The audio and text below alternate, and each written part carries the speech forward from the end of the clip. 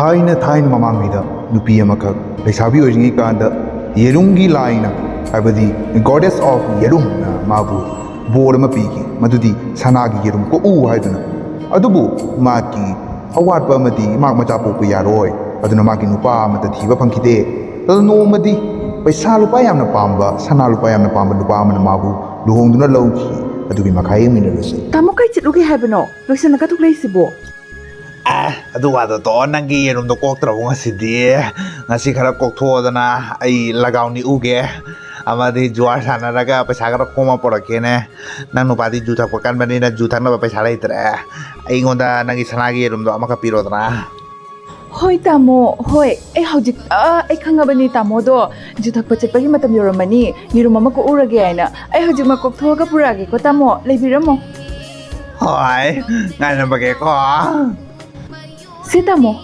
pena thakbiraga lao. Chalo cho. Ai gi no pi hai be bi, ai gi no pi hai be bi. Tamo sinamane. Ibe ma lilabati na tor basi karina. Mi yum na tonari ba map sana udabra. Ha? Mi yum na ngai na ba haram na ba nuk na ba map sa tabada ai nuwa tanna.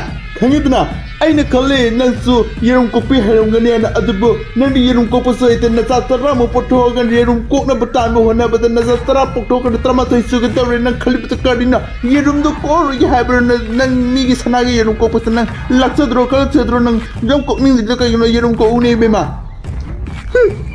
tamo nang ngi bit kadina yerum ko pa phagi gi wara yen na yerum ko pani nganu na yerum ko pani Ucek sini yerum kok pani sasen kok te.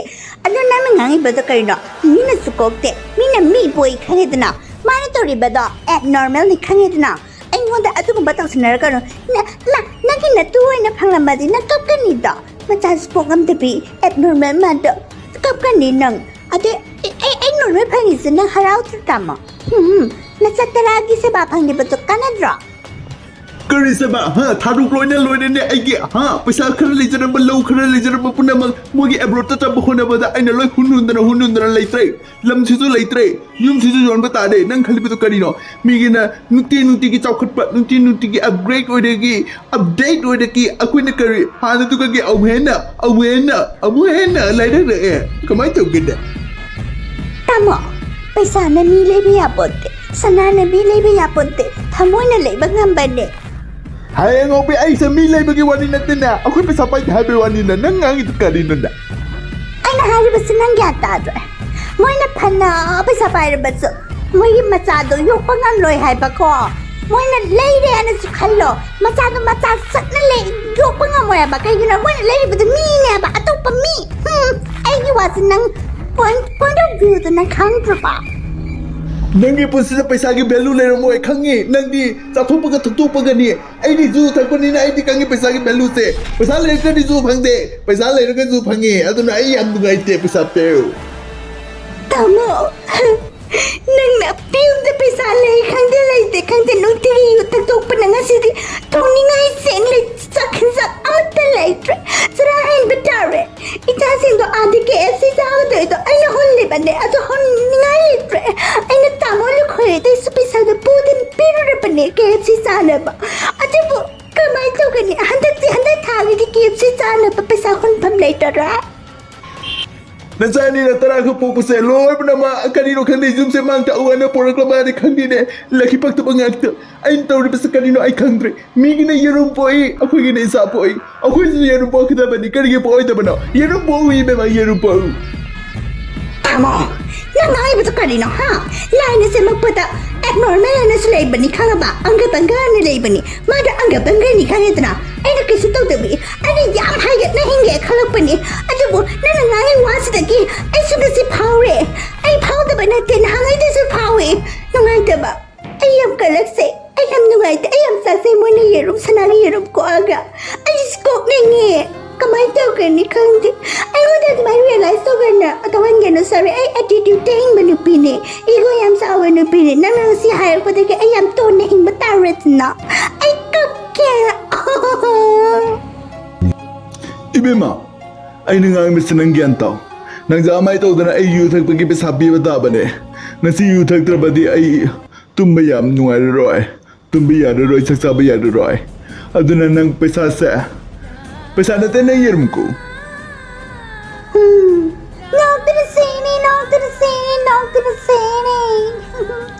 Ay bu yerum ko pa yada ba ay bu yerum ko karay na ay ado de yerum se ma yerum po naman niya hu da ba yaray no to the sene Ibe ma, ako di building na sulay na, sofa na sulay na.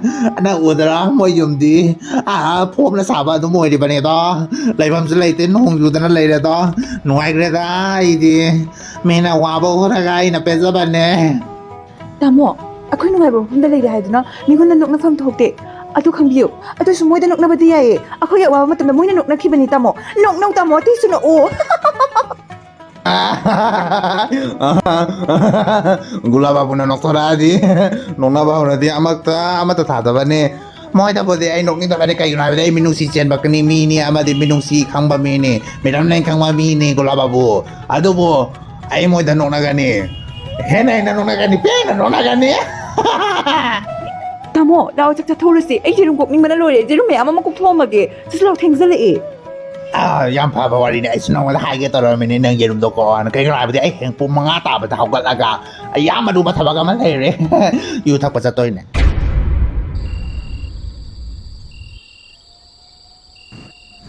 huralu lagi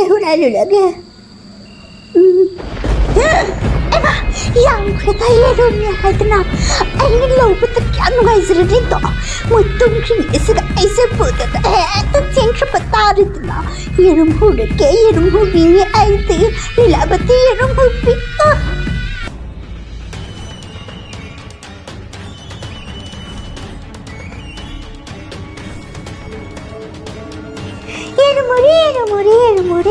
Yerumure lilabati yerumure Kanana! Meow Oh, how do I marry? Hey, do dia muktum mage. Kandung manita kadai no nang jalui basibo ai nu zai sida pungani tare ne ai thi basi kadai chakri lila batte ai thi basi kani na kai chakru ga Ho tamo Tamdi khanga to nangi natu sa Yam apa batabak nangi kanya batabak nangi no ai zaga da batabak ga batau ga halak pane karino ai sibo ai nu ai zika da bataba karino hi ai ga pura bana tru ga hello ga parabo ai nong zai ta Oh hello ita kisu hello pine hi ai da kisu notra pine iche gi ne yerum me am da loin he pura klapa thumo ga mata hap laga kadai no uden na yerum dia kadai Yerum wala ga yerum Salam Tamo ura ba yerum ura manine Yay, raw na loy de yerum pura yay ai dia ai ndagi nungar ni yum su building same lani ai kita loy nu sibene Tamo! Yerum liram dre tamo! Ay, yerum! Ay, nangarang ta ko ka tumamba yerum do! Ang liram dre tamo! Kay chakrage! Tamo nang jonto na po tamo! Karino haris ba? Karino ay pung mga tala. Hawsi ba ay tagpagin mataw ni kagita na. Na mga ay pata karino. Iro may amsi do kay doro ba? Hawsi ko uro, ko uro. Iro may amsi do ba? Kadi ko mo tibagin matam rin kagita na. Ko pagin matam delay ba ni na ko usto talo. Tamo! Yaruye tamo! Ay nane! Handan na kukawaya nane! Handak jahi gilo ina koktok ba ni? Adagi handak jahi dagi di magi validity se watarak na. Jahi ni pan matungda amu ka koklak to ini tamo. Adu matam duga ano di. Adu mo kokpaya ro tamo. Kay tu no tamo ayang kuksay tamo. Nangay mo ta ko sa bawasi to kadi ginangay. Ha? Kadi ginangay mo to ko sa bawasi sinangay to. Amu ka chiro to. Chalo, lerang mani. Chalo. Naitri tamo! Ay natiga daw pang naman tinanong ba ni? Ay Hijam! Goldie! Moldy! Singdom sa naitri! Tigi zon da ti karim kajra ka nga sitanin sa nga ibore maki yerum goldi mordi mems ay mo yol taki baki goldi mordi mems namaroy ta ay no ming manabu sira ta nok tana sene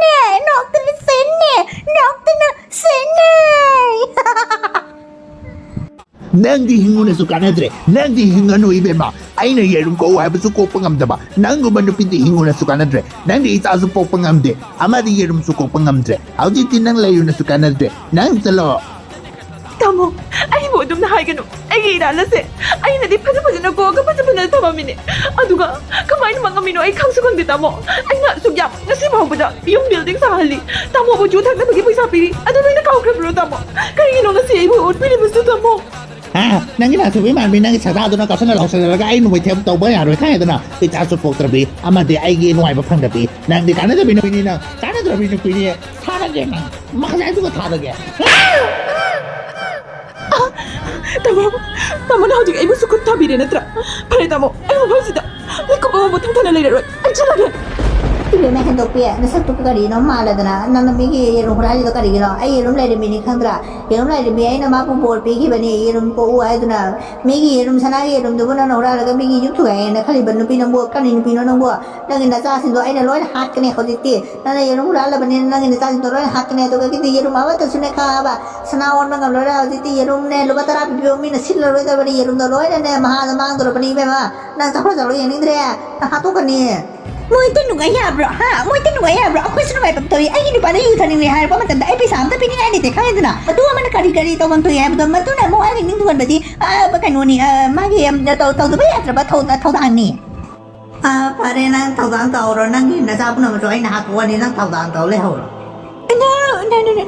Ay sa tarab na nahala bati ay kamay to kini at may na to kani please hoy ay regret do ya hausi regret do na bini at na ay hausi mat ay iseda Kamlabati da ay soy din ay sorry kamlabati na may mamindo kalabati da ay hosi mahiro pa na matindo ugani Nani da hosi mami kau bi boy mo ni ne pare na mai to kada boy de ay no da boy bi disini nang su yerum kok saro Hi ma really you gave me the ball I am so happy with it Nilabati ay tajaru da bani ay mang da bokalo de nang ay gijiru mulalag bani ay na nang ay gijiru mulalag kay kana pangki ge be ma Iche, kano adamay na kapag ay yang mayam nuway ti Iche, ay nangi awawa yam na uye Iche, nang nanungay traga, nang nakaplaga, ay nanungay tribani, nahangi di ay pensara mini na nakapalaw ba tawraga, o si ti ay nungay taba power kay ginay ba ti, ay so, hirong ni mama oy mapang rani. Ha, kino ay sibo, nang su yerong gi mama oy mapang rani hoji. Iche, ay ngo di subor pinam ni ay yam haraw Iche, nanggi tamatagi, nanggi yerum sige tamatagi yerum lai mina ay ba impress taw pre, sorry impress oy pre ay manam na, karing mo ay ngayos po. Pare Iche, yerum si tan na magi Iche, nang inupaga, nang nungay na kanan sa nadana lai ba oro Iche. Matum di yam thankre na naw. Ato pare, nang ngasi yerum product di base yam na pare. Ay ginupaga di ay kainare, divorce na hana oikhre. Ado ay hojik nangi yerum yam siga Lauraga, ay hojik nung hay na building ama saraga, ano mo pa mo kuiraga leirage inaw. Ay doon pa jutak pa duga leining di inaw. Ay ang nung ay raning nasinagi, yeah! Guys, to like, share, and subscribe.